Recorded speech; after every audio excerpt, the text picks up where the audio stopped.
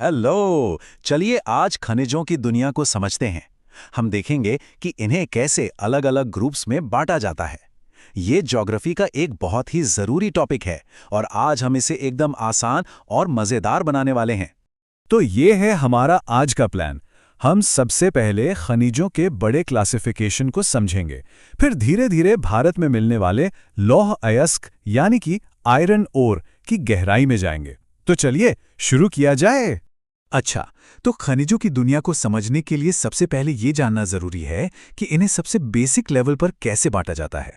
तो सबसे पहला और सबसे बड़ा जो बंटवारा है वो है मेटालिक और नॉन मेटालिक मिनरल्स के बीच, मतलब धात्विक और अधात्विक खनिज।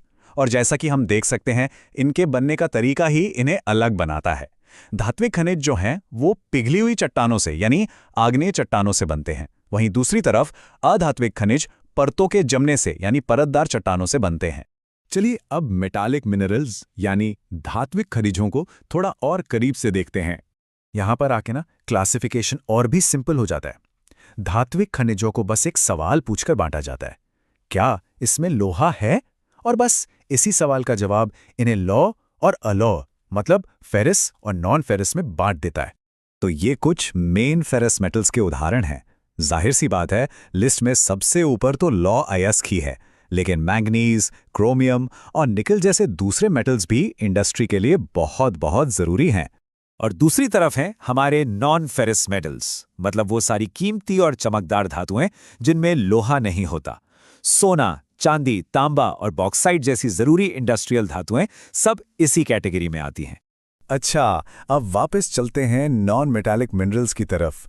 ये वो मिनरल्स हैं जो अपने मेटल कंटेंट के लिए नहीं बल्कि अपनी दूसरी कमाल की प्रॉपर्टीज के लिए जाने जाते हैं। सोचकर देखिए, जैसे हीरे की मजबूती, अभ्रक की इंसुलेशन वाली खासियत या फिर कंस्ट्रक्शन में चूना पत्थर का इस्तेमाल। और फिर आते हैं मिनरल फ्यूल्स, यानी वो खनिज जो सचमुच हमारी दुनिया को चलाते हैं।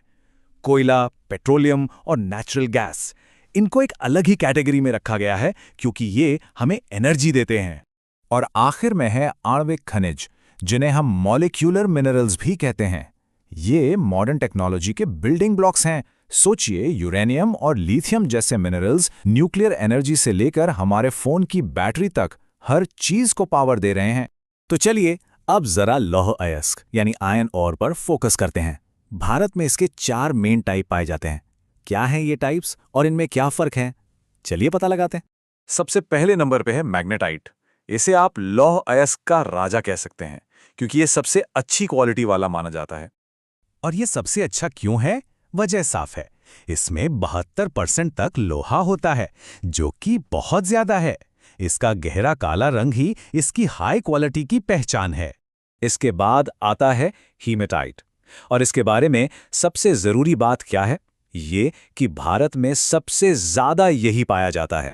इसमें लोहे का कंटेंट थोड़ा कम, करीब 60 से 70% के बीच होता है, और इसका खास लाल भूरा रंग इसे अलग पहचान देता है। तीसरे नंबर पर है लिमोनाइट। इसे याद रखना बहुत आसान है क्योंकि इसका रंग पीला होता है, जो मैग्नेटाइट और हेमाटाइट से काफी अलग है। यहाँ पर लोहे का कंटेंट और कम होकर 40 से 60% तक आ जाता है। और लिस्ट में आखिर में है सिडेराइट। इसे लौह अयस्क की सबसे लो क्वालिटी माना जाता है। और वजह वही है, इसका आयरन कंटेंट जो गिरकर सिर्फ 40 से 50% ही रह जाता है। ये टेबल देखिए, इसमें सारी जानकारी एक साथ है। इन चारों तरह के लौह अयस्क को कंपेयर करने के लिए ये एक परफेक्ट क्विक गाइड है।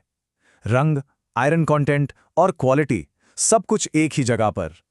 तो ठीक है, अब हम अलग अलग टाइप्स तो जान गए, पर अगला सवाल यह है कि भारत में ये लौह अयस्क मिलता कहाँ है। चलिए जरा मैप पर नजर डालते हैं।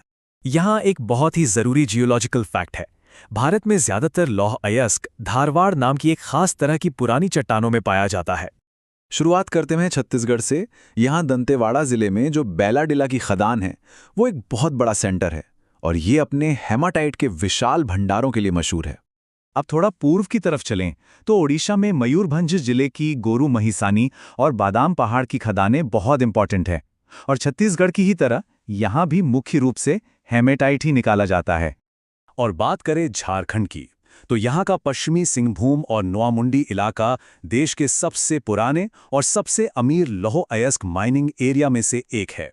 तो चलिए इस सेशन को एक बहुत ही दिलचस्प सवाल के साथ खत्म करते हैं। अगर मैग्नेटाइट की क्वालिटी बेहतर है, जिसमें 72% तक लोहा है, तो फिर भारत हेमाटाइट पर इतना ज़्यादा क्यों डिपेंड करता है? क्या वजह है? इसकी आसान उपलब्धता है, या इसे निकालने का खर्चा कम है, या फिर कोई और बात है? ये एक ऐसा सवाल है जिस पर सोचने में वाकई मजा आएगा।